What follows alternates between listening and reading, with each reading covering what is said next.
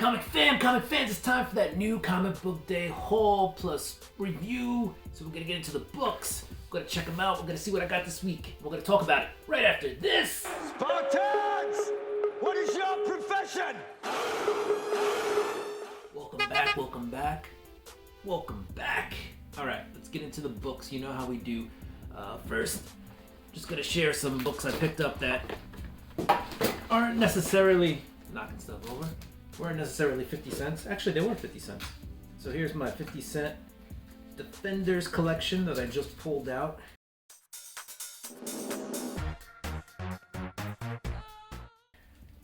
That's right. These were all 50 centers. You got Defenders 109, Defenders 110, the Defenders 111, the Defenders, now we skip a few, Defenders 127, Defenders 128, Defenders 129, Defenders 131, yeah, we missed 130, and Defenders 132, all 50 cents. Sweet 50-cent goodness. All right, let's get into some newer books.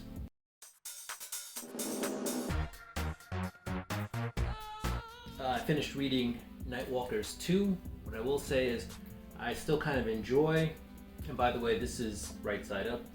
Turn it like this though, and it looks like it still would work, doesn't it? I enjoy it. I think I enjoyed the first issue more, but that may have just been a thing where, you know, you don't really know what's going on. Now we kind of have an idea what's going on here. There's these creatures that can mimic speaking and stuff. They're also just running around tearing people up. Yeah, just eating them up. It's a good horror type of book by Cullen Bunn. So we'll see. We'll see where it goes. Then I also got the second printing of Nightclub by Mark Miller. Heard a lot of people talking about it, and I said, why the heck not? Let's grab it. Let's see what that's about. All right, now we're into this week's books. Dawn of DC Adventures of Superman John Kent. Did not read it yet. See, the flap's still up. But I will get into this. I will buy this. I picked this up at Midtown Comics in the city. Was out there for a convention. Picked up. Not a comic convention though. All right, next up we got Batman 133.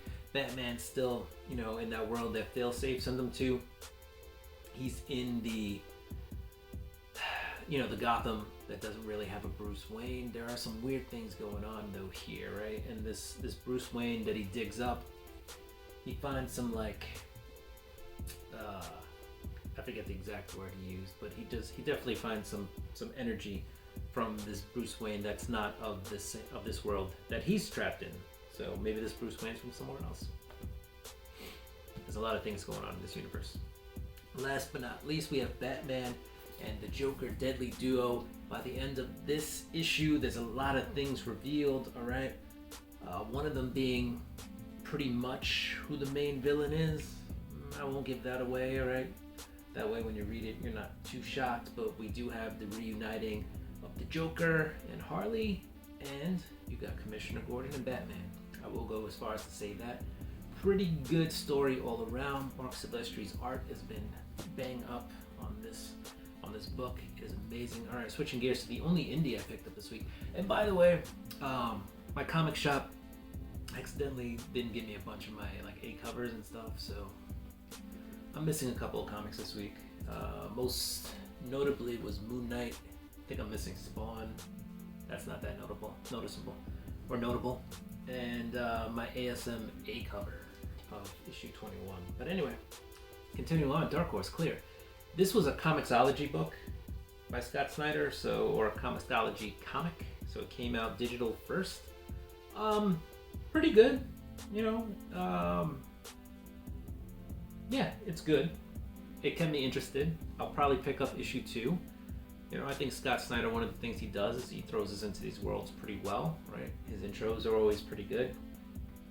We'll see where it goes. But basically, the gist behind Clear is that everybody has these, I forgot the word they use, but everybody sees everything through a certain lens, okay? And if I remember what they called them, I'll just tell you. But anyway, everybody has these like filters that everybody sees the world through, right? And you can change your filter up however you want. You want to see things as a cartoon, you see them as a cartoon, etc. And clear just means you don't have one of these filters on, and you actually pay more.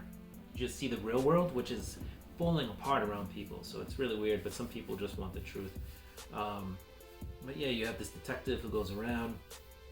He's doing some PI work also for this wife in this book who, just wants you can do black market filters. So her husband was going to get a black market filter and she just wanted to know why, or if he was trying to see her in a different way. Just, it's an interesting book though. It's pretty good.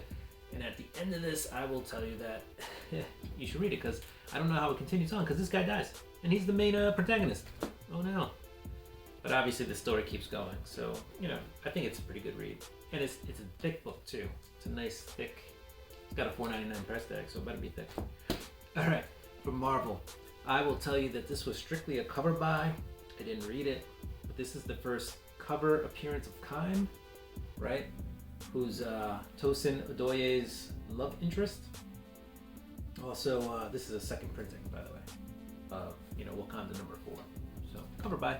Here's another cover buy, but I did enjoy issue 1 of this series, and I have issue 2, so I'll catch up. This is issue 4 of Mary Jane and Black Cat, and this is the timeless cover, Black Cat.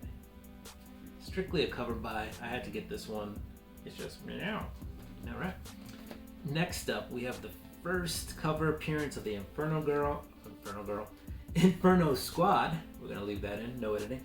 But this is Bounty Hunters, Star Wars Bounty Hunters number 32. This is cover B, I believe. Nope, this is like cover D.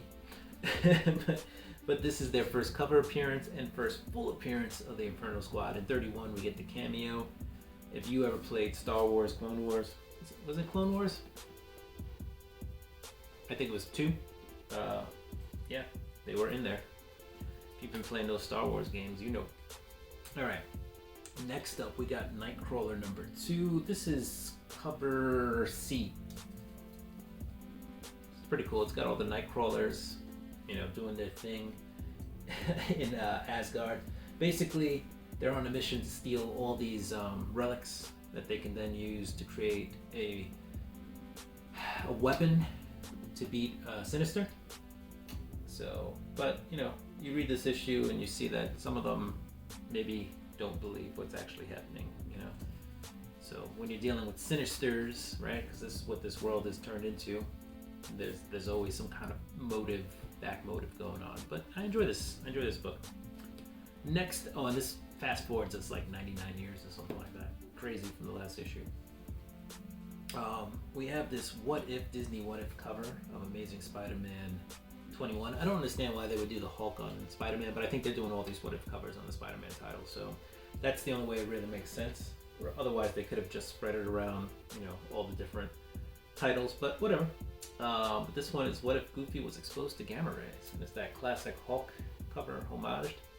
Alright, this is ASM 21. We kind of get the intro as to why Mary Jane is no longer with Peter in this book. And, why she's got a boyfriend or...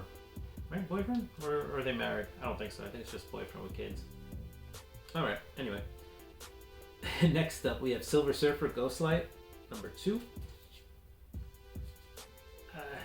It's a good book. I forget the guy's name. John Harper or something like that. But anyway, you have Ghostlight. Comes back after he was stuck in space, and this just kind of explains why, what happened to him and how he's back. So, his family thought he was dead, they moved into the house, and then poof, he pops up, and now there's all these like weird alien creatures also popping up. So, in issue 3, Silver Surfer and Ghostlight will go fight those alien creatures. Last but not least is Star Wars The High Republic, issue number 6.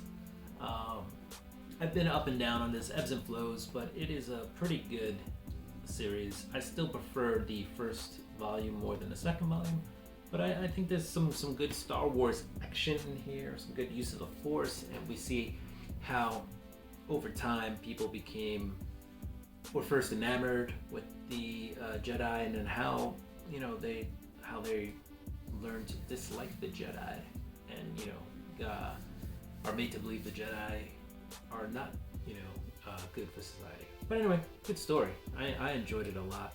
All right, guys. So that was my comic haul for this week. Thank you for joining me. If you like comics, you're in the place to be. Do what you do. I'm gonna do what I do. I'm gonna get ready for next week's books.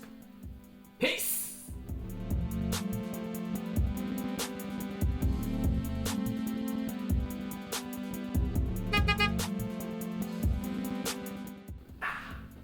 Oh, don't forget to like, subscribe, hit the notification bell, and give me a thumbs up if you like the content, alright?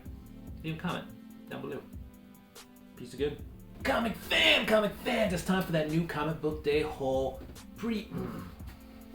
review.